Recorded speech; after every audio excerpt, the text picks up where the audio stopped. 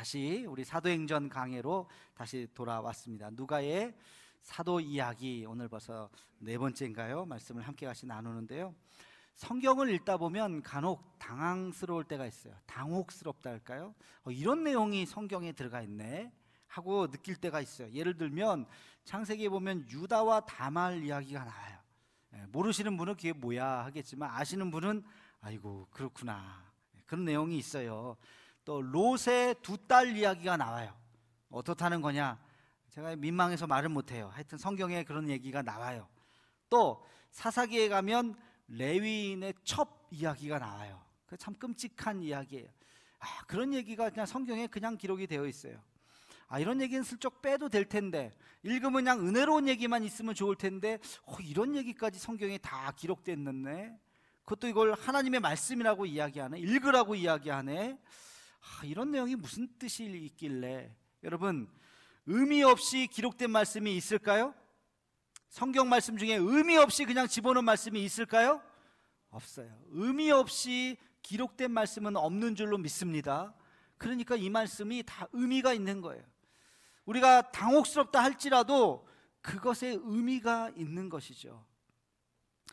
그런 의미에서 사도행전문을 우리가 읽다 보면, 오늘 읽은 이 본문 말씀을 읽으면 왠지 좀 섬뜩하기도 하고 깜짝 놀라기도 하고 이런 얘기가 성경 속에 있다니 하는 생각을 갖게 됩니다. 그럼에도 불구하고 하나님께서 이 이야기를 기록하게 한 의미가 있을까요? 없을까요? 있어요. 그것도 아주 중요한 의미가 있어요. 아주 매우 중요한 의미가 있는 것입니다. 오늘 말씀을 통해서 왜 이 사건을 성경 속에서 기록해 두었는지, 우리가 이 사건을 통해서 무엇을 교훈 삼아야 할 것인지 말씀을 통해서 은혜 받는 시간이 되기를 간절히 소망합니다. 자, 스토리는 이렇게 시작이 됩니다. 처음에 교회, 예루살렘 교회가 사람들이 회개하면서 생기게 됐어요. 교회가 좋으니까 예배드리고 집에 가야 되는데 집에 안 가요. 근데 한 4시간쯤 교회에 있으면요, 배고파요. 밥 안 주나. 그렇게 하고 또 저녁에도 또 집회를 하고 또 기도하다 보니까 늦은 밤이 돼서 집에 가느니 교회에 있다가 내일 새벽에도 참석하고 가야지. 아예 그냥 교회에서 사는 분들이 있어요. 초대교회가 그랬다고요. 초대교회 집에 안 가고 그냥 은혜 받고 말씀 듣고 기도하는 게 좋으니까 머물러서 살기 시작했어요. 그러니까 뭐가 필요해요? 생필품이 필요하잖아요. 먹을 양식이 필요하잖아요. 한두 명이 아니라 수많은 사람들이 그렇게 사니까 이제 헌금을 걷어서 챙기기 바쁘고 먹이기 바쁘고 그래서 이불도 필요할 것이고 뭐 이것저것도 필요할 거예요. 자, 돈이 많이 필요하겠구나. 그래서 한 사람이 나타났어요. 바나바라고 하는 사람이 나타났어요. 이렇게 보니까 모습이 참 딱해요. 많은 사람들이 집에도 안 가고 그냥 교회에서 모여서 공동체로 함께 같이 사는구나. 내가 이들을 위해서 뭔가 좀 도움이 되어야지. 내가 갖고 있었던 밭이 있었는데 이거를 팔아서 내가 교회에다 헌금을 해야 되겠다. 팔았어요. 헌금을 하나도 10의 1조만 한 게 아니라 전부 다 해버렸어요. 그랬더니 놀라운 사람들에게 칭찬을 받기 시작했어요. 우리 함께 같이 이 대목을 한번 같이 읽어보겠습니다. 사도행전 4장 36절 37절 말씀입니다. 함께 시작. 구브로에서 난 레이족 사람이 있으니 이름은 요셉이라. 사람들이 일컬어 바나바라. 번역하면 위로의 아들이라 하니 그가 밭이 있음에 팔아 그 값을 가지고 사도들의 발 앞에 두니라. 아멘. 자기의 밭을 팔아서 10의 1조만 한 게 아니라 한 푼도 남기지 않고 다 그것을 사도들의 발 앞에, 하나님 앞에 헌금을 했습니다. 여러분, 헌금하기 쉬워요? 어려워요? 어려워요. 헌금 1,000원짜리 한 장 하기도 쉽지 않아요. 믿음이 없으면요, 1,000원이 아니라 100원짜리 하나 하기도 이거 아깝지, 그런 생각 당연히 들어요. 근데 어느 날 나에게 믿음이 오면 아깝지 않을 때가 와요. 1,000원? 안 아까워. 10,000원? 안 아까워. 그 이상도 드리는 거, 내가 하나님 앞에, 하나님 나를 살려주셨는데, 나를 구원해 주셨는데 이거 드리는 거 하나도 아니 내 몸을 드릴 수도 있는데 하나도 아깝지 않아. 그럴 때가 온다고요. 그 믿음이 나에게 오면 그럴 때가 온다고요. 이 바나바가 그랬던 것 같아요. 하나님의 은혜를 경험하니까, 구원의 그 감격을 경험하니까 이 밭을 팔아서 다 드려도 아깝지 않아. 교회를 위해서 다 헌금을 했던 거예요. 그러니까 사람들이 여기저기서 이거 뭐야, 이 고기 반찬 어디서 나온 거야? 야, 바나바가 헌금해서 고기 샀대. 야, 바나바 대단해. 바나바. 여기저기서 사람들에게 칭찬과 명성을 막 듣기 시작했어요. 자, 오늘의 이야기는 여기서부터 시작이 됩니다. 그 이야기를 듣고 있었던 어떤 사람이 불편해지기 시작했어요. 아유, 뭐 여기저기서 바나바 얘기만 해. 나는 뭐 그렇게 안 했나? 나도 그렇게 했는데. 아나니아와 삽비라, 여보, 우리도 저기 뭐 땅 좀 있는데 그거 합시다. 그럽시다. 우리도 그래서 이 교회에서 좀 대장 노릇을 해야지. 그런 마음으로 자기의 밭을 팔려고 내놨어요. 근데 내놓기 전에 막 소문부터 낸 거예요. 아, 우리도 그렇게 할 거예요. 우리 저 밭 팔리면, 저 땅만 팔리면 우리도 다 할 거예요. 그렇게 이야기를 했다는 거죠. 우리 한번 본문 말씀을 한번 읽어보겠습니다. 오늘 사도행전 5장 1절과 2절 말씀 함께 같이 읽겠습니다. 시작. 아나니아라 하는 사람이 그의 아내 삽비라와 더불어 소유를 팔아 그 값에서 얼마를 감춤해 그 아내도 알더라. 얼마만 가져다가 사도들의 발 앞에 두니. 아멘. 자, 이제 팔렸어요. 이 땅만 팔면 내가 헌금 많이 할 거예요 그랬는데 진짜 땅이 팔렸어요. 팔고 보니까 너무 많은 거예요. 야, 이거 좀 아깝다. 2대 8로 좀 해야 되겠다. 3대 7로 해야 되겠다. 얼마를 했는지는 모르겠어요. 얼마를 잘 감추고 나머지 요거밖에 없어요 하고 갖고 왔어요. 근데 그거를 베드로가 알았어요. 아무도 모를 거라고 생각했는데 어떻게 알았는지 알고 베드로를 통해서 하나님의 심판이 임했던 것입니다. 두 사람이 죽어버렸어요. 얼마나 끔찍하고 무서운 사건입니까? 교회에서 이런 일들이 일어나면 쉬쉬하지, 덮지, 그거를 다 드러내겠어요? 은혜롭지 않은 이야기예요. 그러나 성경은 이것을 기록했어요. 쉬쉬했을 것 같은데 그렇지 않았어요. 이걸 아주 드러내놓고 기록하고 있습니다. 왜? 이 이야기 속에서 우리가 하나님 앞에서 어떻게 섬겨야 하는지에 대한 우리 그리스도인들의 신앙의 자세가 나오기 때문에 그렇습니다. 아나니아 삽비라 이 사건을 통해서 우리는 무엇을 보아야 할까요? 3가지만 제가 정리해서 말씀을 드리려고 합니다. 첫 번째는 우리의 신앙의 동기가 순수해야 한다는 것입니다. 여러분, 아나니아 삽비라가 책망받은 이유가 뭘까? 한 단어로 이야기해 보라면 뭘까요? 그것은 바로 위선입니다. 위선이라는 게 뭐예요? 겉다르고 속다른 거예요. 겉으로는 막 이러는데 속에서는 딴 생각하는 거. 그게 바로 위선이죠. 겉으로는 내가 땅 다 팔아서 하나님 앞에 몽땅 들었습니다. 나 아무것도 없습니다. 뭐 어느 누가 그랬죠. 나 뭐 30 얼마밖에 없다고, 몇십만 원밖에 없다고, 나 가진 거 그거밖에 없어요 하고 다 드렸어요 했는데 속으로는 그게 아니었잖아요. 일부를 감췄잖아요. 여러분, 적지 않은 금액을 물론 했겠습니다만, 그러나 그것은 순수한 헌금이 아니라는 것이죠. 하나님께서 받으시는 헌금이 금액을 받으시겠습니까? 많은 헌금을 받으시겠습니까? 아니요. 하나님께서 받으시는 것은 우리의 마음을 받으시는 것입니다. 액수에 관계없이 내가 하나님 앞에 드리려고 하는 나의 이 절전한 나의 이 믿음, 이 마음을 하나님께서 받으시는 것입니다. 그런데 아나니아 삽비라는 무엇을 원했던 것일까요? 명예를 원했던 것이죠. 바나바가 헌금을 해서 일약 스타가 됐어요. 나도 바나바 못지 않은데 나도 그렇게 해서 사람들에게 주목을 좀 받아봐야 되겠다, 그런 마음으로 헌금을 했다는 것입니다. 오늘 말씀해 보니까 누가 그 마음속에 들어갔어요? 사탄이 그 마음속에 들어갔다 그랬어요. 그 사탄은요, 지금도 죽지 않고 2000년이 지난 우리에게도 그 사탄은 여전히 활동하고 있습니다. 우리 한국교회에 여전히 그 사탄은 활동하고 있습니다. 그래서 남과 비교하게 만들고 질투하게 만들고 시기하게 만들고 더 명예를 얻고자 그런 마음으로 헌신하는 사람들, 헌신도 아니죠, 헌신하는 척하는 사람들이 한국교회에 많이 있다는 것입니다.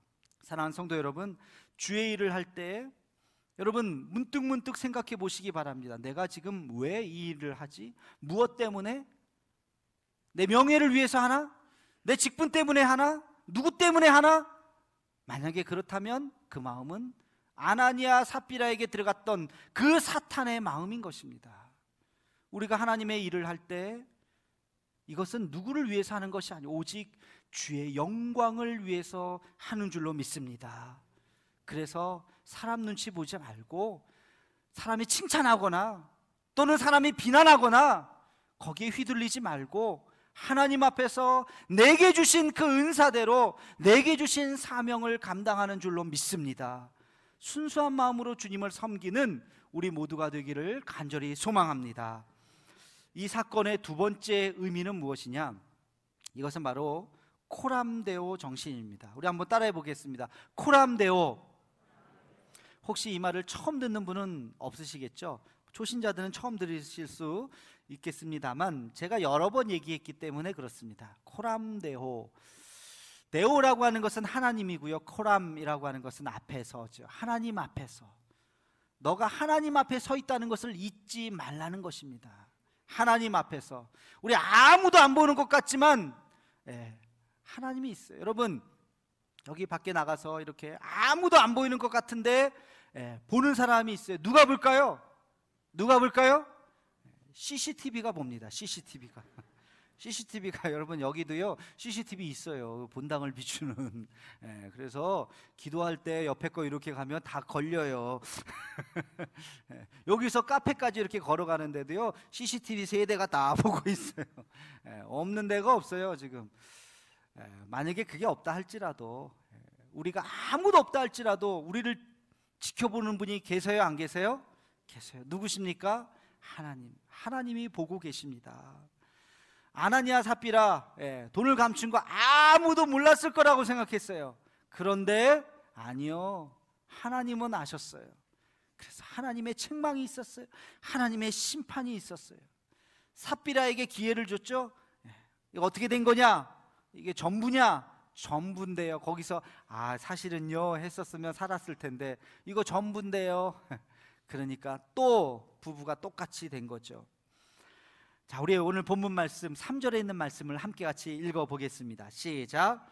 베드로가 이르되 아나니아야, 어찌하여 사탄이 내 마음에 가득하여 내가 성령을 속이고 땅값 얼마를 감추었느냐. 아멘. 여러분, 사람은 속일 수 있을까요, 없을까요? 사람은 속일 수 있어요. 이상한 말도 몇 번 막 우기면 진짜라고 막 수없이 얘기하면요 듣다 보면 또 그거 진짜인가? 사람 또 마음이 또 그래요. 처음엔 말도 안 돼 그러다가 막 우겨서 얘기하면 그런가? 그렇게 생각이 돼요. 사람 속이기는 쉬워요. 근데 하나님 속일 수는 없어요. 하나님은 속지 않습니다. 이것을 우리가 하나님의 전지성이라고 이야기하죠. 하나님의 전지하시다. 모든 것을 다 알고 계시다. 대표적인 성경 본문이 시편 139편에 나와 있습니다. 우리 함께 같이 시편 139편 1절로 4절까지 있는 말씀을 같이 읽겠습니다. 시작.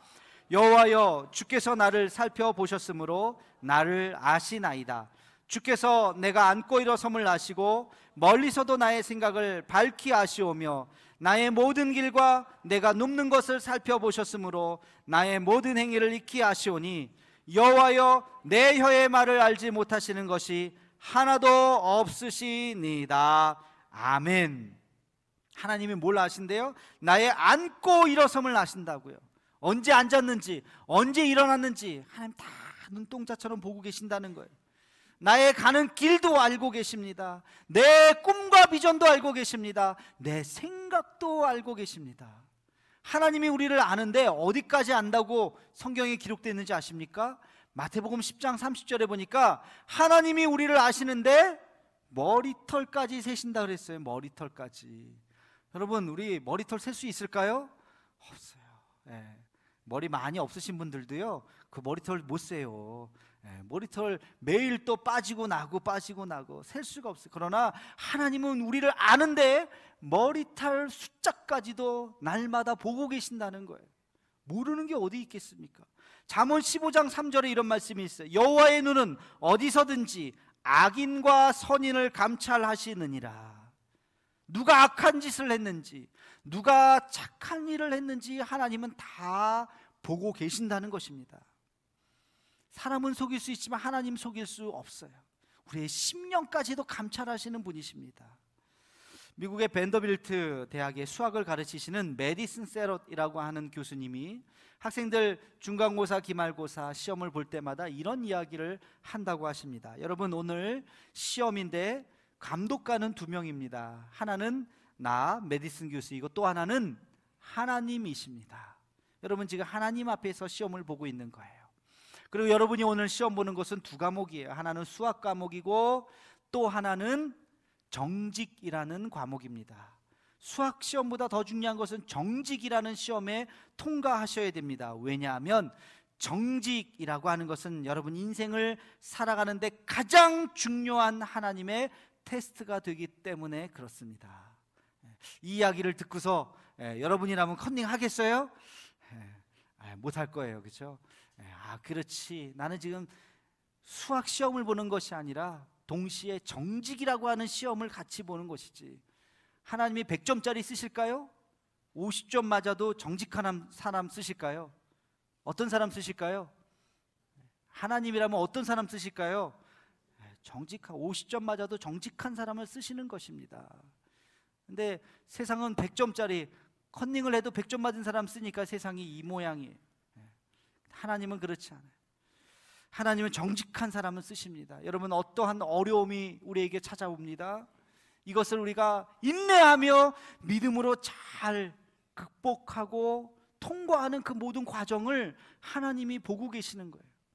혹시 우리가 그 과정 속에서 잘못된 길로 빠지는지, 자신을 속이지는 않는지, 불법을 행하지는 않는지 하나님께서 보시는 것은 바로 그 마음인 것입니다. 힘들고 어려운 일이 있다 할지라도 믿음 안에서 굳건히 서서 주님 나를 도와주옵소서 하면서 흔들리지 않고 정직하고 신실하게 코람되어 오늘도 그 믿음의 길을 걸어가는 우리 모두가 되기를 주의 이름으로 축원합니다. 마지막 3번째, 이 사건이 주는 의미는 교회의 거룩성입니다. 교회의 거룩성. 여러분, 이 본문을 한번 잘 생각해 보세요. 이 본문은 아까 말씀드린 대로 은혜로운 이야기가 아니에요. 쉬쉬해야 될 이야기예요. 사람이 그냥 멀쩡한 사람이 그냥 죽어도 불행한 일인데, 교회에서 일꾼이었는데 그래도 열심히 일했던 사람이, 두 부부가 좋지 않은 동기로 그렇게 죽은 거에 대해서 사람들이 굉장히 이렇게 쉬쉬할 수 있었던 사건이에요. 근데 그렇지 않았어요. 이거를 사람들이 다 알게 했습니다. 그걸 어떻게 알 수 있느냐? 우리 5절 말씀 함께 같이 읽겠습니다. 5절 말씀 시작. 아나니아가 이 말을 듣고 엎드려져 혼이 떠나니 이 일을 듣는 사람이 다 크게 두려워하더라. 아멘. 자, 이 말을 듣는 사람이 어떻게 됐다고요? 다 두려웠어요. 그렇겠죠. 어떻게 이런 일이? 어떻게 이런 일이? 오히려 이거 사람들에게 알리게 했었던 것이죠. 아나니아뿐만이 아니라 삽비라가 그 다음에 죽었어요. 삽비라가 죽은 다음에도 성경은 똑같이 이야기하고 있습니다. 이 일을 듣는 사람들이 다 크게 두려워하니라. 사람들이 이 말을 듣고 다 벌벌벌벌 떨었어요. 이것은 하나님의 본복이었습니다. 하나님께서 이 일을 통해서 말씀하고자 하시는 말씀이 있었던 것입니다. 저는 이 말씀을 묵상하면서 이게 본복이구나. 아니, 본복이가 아니다. 이것은 하나님의 절박함이구나. 하나님의 몸된 교회를, 거룩한 교회를 지키기 위한 하나님의 절박함이었구나. 하나님 사랑의 하나님이시잖아요. 용서할 수 있었어요. 그냥 넘어가실 수도 있었어요. 회개한다면 그냥 내가 넘어가 줄게 하실 수 있었어요. 그러나 이 사건만은 넘어갈 수 없었던 거예요. 단 한 번의 범죄로 그는 심판을 받았던 것입니다. 왜? 이 사건이 그만큼 중요했던 것입니다. 여기서 하나님께서 이것을 본보기를 보이지 아니하시면 교회가 다 타락되기 때문에, 교회가 다 무너지기 때문에 하나님께서 교회의 그 거룩성을 지키기 위해서 바로 이 일을 행하셨던 것입니다. 여러분, 세상을 지키는 것이 뭘까요? 정부가? 어떤 사회단체가? 아니요. 세상을 지키는 것은 그 마지막 보루는 교회인 줄로 믿습니다. 교회가 타락하면 세상은 구제받을 데가 없어요. 한 마을을 파괴시키는 방법, 제일 쉬운 방법 뭔지 아세요? 사람들을 다 싹 죽이는 방법? 우물에 독약을 타면 돼요. 마실 물에 독약을 타버리면 그 물을 마시는 모든 사람들이 다 죽게 되는 것입니다. 이 사회를 병들게 만들고 이 사회를 다 파멸시키는 것, 교회를 타락시키면 되는 것입니다. 그래서 우리는 이 교회의 거룩성을 끝까지 지켜나가야 하는 것입니다. 하나님께서 보신 것은 바로 이것이었어요. 교회의 신실함, 교회의 거룩성. 초대교회가 얼마나 은혜가 충만했습니까? 말씀이 충만했습니까? 서로 사랑했습니까? 그렇게 열심히 나가다가 이 사건이 터졌어요. 하나님께서 그냥 넘어갔다면, 그냥 넘어가자. 그래서 아나니아가 그 교회의 지도자가 됐다면 어떻게 됐을까요? 교회는 다 타락하고 말았을 것입니다. 그런 사람들이 이제 승승장구하고 불법과 죄악을 저지른 사람들이 다 인정받고 교회 지도자가 된다면 교회는 타락하게 되는 것입니다. 교회가 세속에 물들지 않기를 우리는 기도해야 될 것입니다. 교회가 세상적인 방법으로 운영되지 않기를 우리는 간절한 마음으로 기도해야 될 것입니다. 교회가 기복신앙에 물들지 않기를 우리는 깨어서 기도해야 될 것입니다. 사랑하는 성도 여러분, 우리 교회에 오실 때 여기다 제가 플랜카드 써붙였어요. 그죠? 교회 창립주의를 맞이해서 크게 쓴 거 뭐라고 썼어요? 교회 세상의 희망. 교회 세상의 희망. 제가 어떤 마음으로 저기다 저걸 붙였을까? 사람들 보라고, 세상 사람들이요, 교회가 세상의 희망입니다. 우리 대도교회가 세상의 희망이 될 겁니다. 물론 그런 뜻도 없지는 않습니다만 더 중요한 게 있어요. 더 중요한 것은 우리 보라고, 우리들이 저걸 보면서 교회가 세상의 희망이 되어야 하겠구나.